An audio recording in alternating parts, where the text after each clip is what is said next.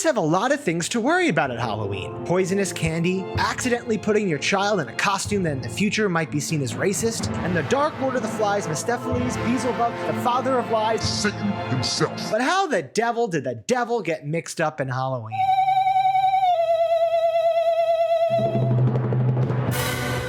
I think a lot of people seem to know now that Halloween is based upon the ancient Celtic harvest holiday of Samhain, when the veil between the living and the dead worlds is at its thinnest. But what you may not know is that in early Christianity, just like the Jewish religion it evolved from, the devil didn't really exist. They believed that there was no other power than God. Sure, yes. The devil pops up here and there in the scriptures, just like in Judaism, but he's not really a main character. He's part of God's plan. It's not until the 2nd century that we start to get the idea of the trickster fallen angel Lucifer to explain why God seemingly allows some pretty awful things to happen. Meanwhile, the spreading Christian religion meets the pagan Celts, and pope after pope in the Middle Ages struggles with the fact that these people are open to Jesus as savior, but man, oh man, do they just love fairies. To help recruitment, Christianity decides to do some retconning of their narrative. Because the belief in spooks like ghosts and goblins was so ingrained in this culture, it made the argument that there was no other power in the world other than God a lot harder for the Celts to swallow. So the Pope simply decided to take all the supernatural beings of the Celts and just make them servants of the devil.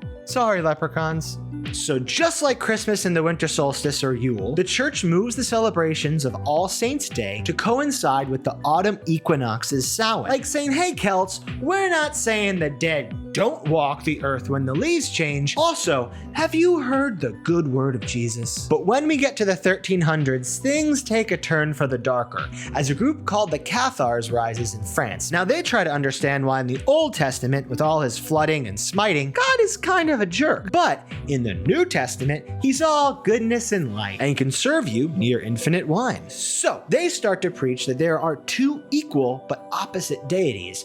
And by the way, anyone who worships only the Old Testament God are followers of Satan. This causes the Catholic Church to start the medieval Inquisition, not the Spanish, to try and remove the Cathars from the picture. But what they can't stop is this idea of dualism, a good God and his arch nemesis, from creeping its way into Catholicism. Now this builds to in the 1400s when Pope Innocent writes The Hammer of the Witches, a book that not only puts the devil firmly in the evil column, but paints anyone who follows Satan a witch. Now the Europeans love this idea, especially as an excuse to kill over 60,000 people, mostly women who just spoke their mind. Now this fever eventually breaks in Europe, but no one tells the New World who end up having their own witch hunts, as we all know because we probably had high school English. Still, most of what we think of as Halloween survives through all of this, kind of quarantined in Ireland, who, remember, you can't stop believing in fairies. And these beliefs are imported into America in the 1800s with the Irish immigrants, and then evolves into what we now know as Halloween in the 20th century. This all makes Halloween just as authentically Irish in origin as St. Patrick's Day. Judeo-Christian beliefs are ironically not set in stone, and one of the reasons they have survived as long as they have is that the humans in charge were very good at co-opting others' beliefs. No one is saying Santa Claus is a servant of the Dark Lord, but he's just as pagan in origin as a jack-o'-lantern. Through association, Halloween, the most blatantly Wiccan and pagan of all of our holidays, got a bad rap.